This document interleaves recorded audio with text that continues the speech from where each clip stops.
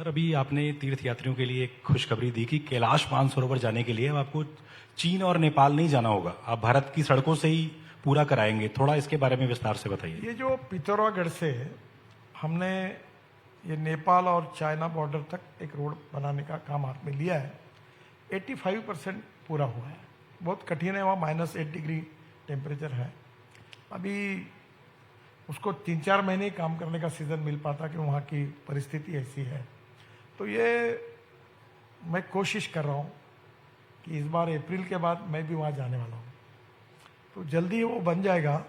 तो थोड़ा नेपाल की बाजू लगकर रास्ता है, चाइना में जाकर फिर एक मानस सरोवर तो एक मुझे लगता है 16-17 किलोमीटर उनका रोड यूज़ करना पड़ेगा। तो वो अभी बनने के बाद हमारी फॉरेन मिनिस्ट्री उनके साथ बात करेगी, तो फिर हमको नेपाल या वो सिक्किम से उधर कैसे जाने की जरूरत नहीं पड़ेगी। हम पिथौरागढ़ से मानस सरोवर तक जाएंगे। सर, अभी आप हाल ही में एक मुहिम से जुड़े हैं, परवाह करेंगे, सुरक्षित रहेंगे।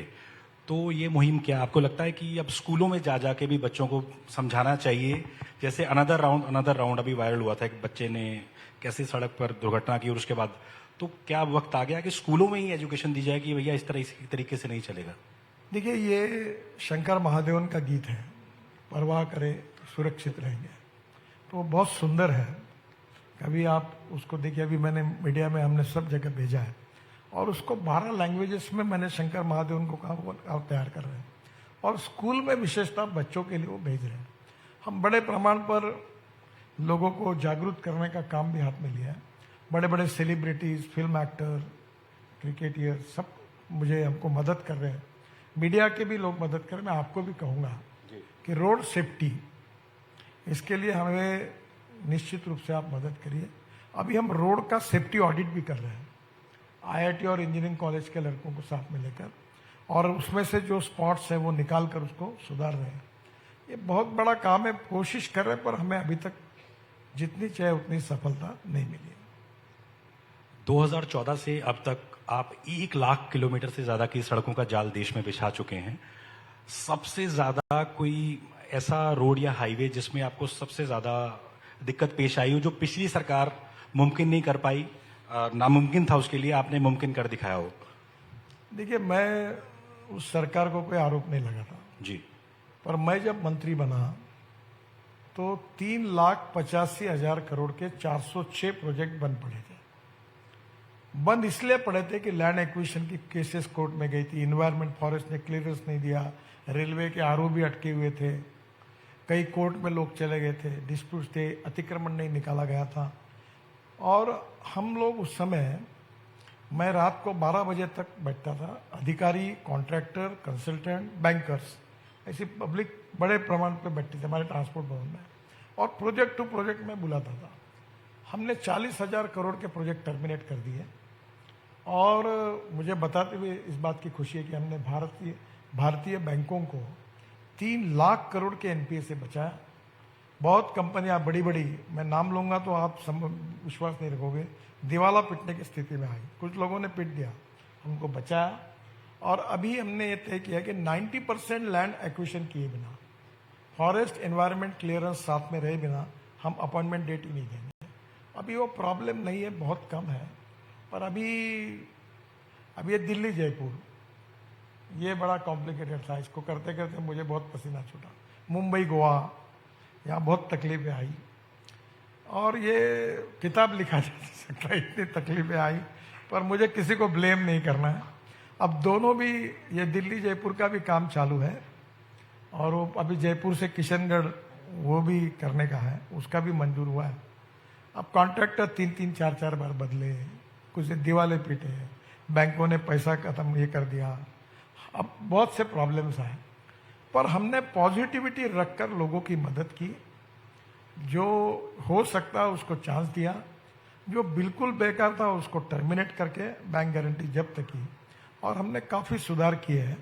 तो मुझे लगता है कि अब रोड सेक्टर में कोई प्रॉब्लम नहीं, और अभी इस साल में और अगले साल में तो इतना बदल हो जाएगा कि मैं उम्मीद रखता हूँ, मैं कहता था कि हमारा हाईवे रोड नेटवर्क अमेरिका के बराबर रहेगा, पर मैं अब ये कहता हूँ कि 2 साल के अंदर हमारा हाईवे नेटवर्क अमेरिका से भी अच्छा होगा।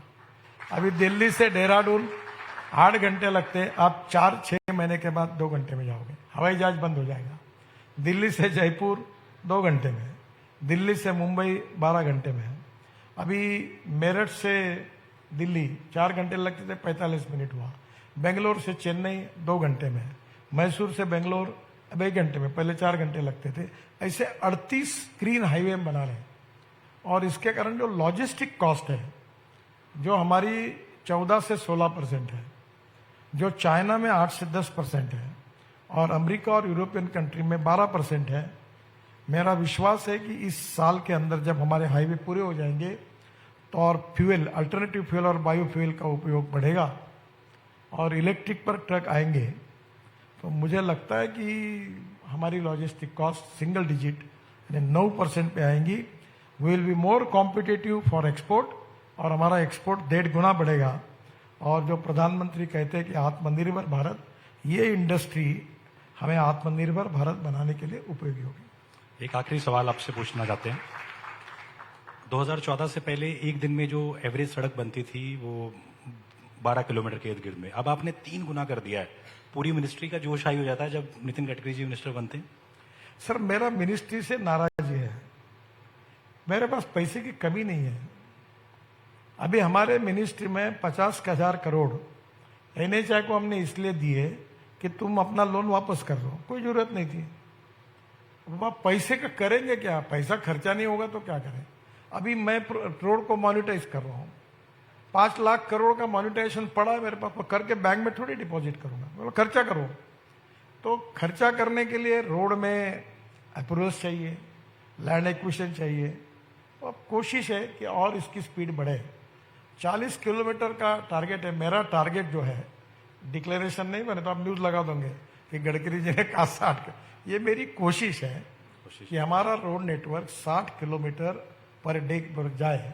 अभी हम 36-38, अभी इस साल का हिसाब होगा तब पता चलेगा, पर हम लोग 60 किलोमीटर का टारगेट रखकर मेहनत कर रहे हैं। निश्चित रूप में उसमें सफलता मिलेगी। दिल्ली में, केवल दिल्ली के आजू बाजू में हम 1 लाख करोड़ रुपए के काम कर रहे हैं। हमने दिल्ली का पेरिफेरल रोड बनाया। अभी द्वारका एक्सप्रेस हाईवे आधा ओपन हुआ। हम अब 1 महीने में हमने टनल बनाई है, वो डायरेक्ट T3 पे जाएगी। जो वहां से आप UR2 से पानीपत से निकलेंगे तो पानीपत से एयरपोर्ट आने के लिए 3.5-3 घंटे लगते थे, अब 25 से 30 मिनट में हो गए एयरपोर्ट के अंदर। सर, दिल्ली से गुड़गांव वाले के भी ट्रैफिक का दर्द आप कम करने वाले हैं, ऐसा पता लगा। ये जो रोड बनेगा तो ये तो बहुत कठिन है। ये जो धोला कुआ टू मानेसर, ये बहुत ही प्रॉब्लमेटिक है। इसका 25-30% का मत तो भी एक है। मेरा व्यक्तिगत उसके ऊपर मत है कि ये पूरे ब्रिजेस को तोड़ देना चाहिए। और अभी पूना में और चेन्नई में, पूना में हम 50,000 करोड़ के ब्रिजेस बना रहे हैं, चेन्नई में बना रहे हैं। एक ही पिलर पर, नीचे में रोड, ऊपर में फ्लाईओवर, उसके ऊपर में फ्लाईओवर, उसके ऊपर में मेट्रो। अभी नागपुर में हमने 4 लेयर बनाई। दिल्ली मुंबई, दिल्ली मद्रास और मुंबई कलकत्ता रोड, फिर वो रेलवे लाइन को फ्लाईओवर, फिर और एक फ्लाईओवर, फिर उसके ऊपर में मेट्रो, 4 लेयर बनाए। तो अब आने वाले समय में इसको सुधारना पड़ेगा। दूसरा, अभी मैं यहाँ आ रहा था तो मैं स्पेन गया था, तो स्पेन में मैंने देखा कि रोड के अंदर में ऐसे बड़े बड़े रोड से 3-3 हजार 6-6 हजार गाड़ियों का पार्किंग है, और वो पूरे टनल से उन्हें ब्रिजेस बनाए नहीं। एक योजना पे काम चल रहा है, अभी तक कोई फाइनल नहीं हुआ। ये जो 11 मूर्ति ना, इधर कौन सी मूर्ति है ना, ये रोड पे आखिरी में है। हाँ, वहां से आगे जाकर वो स्टेशन है, पार्लियामेंट से आते थे, उससे अंडरग्राउंड टनल बनाकर डायरेक्ट गुड़गांव के बाहर निकले, ताकि ये डायरेक्ट ट्रैफिक जा सके। क्योंकि दिल्ली से गुड़गांव आने जाने वालों का ट्रैफिक का दर्द कम करने की बड़ी बात। वैसे गुड़गांव का प्रॉब्लम पूरा दूर नहीं होगा, पर एक 6 महीने के अंदर 40-50% कम हो जाएगा।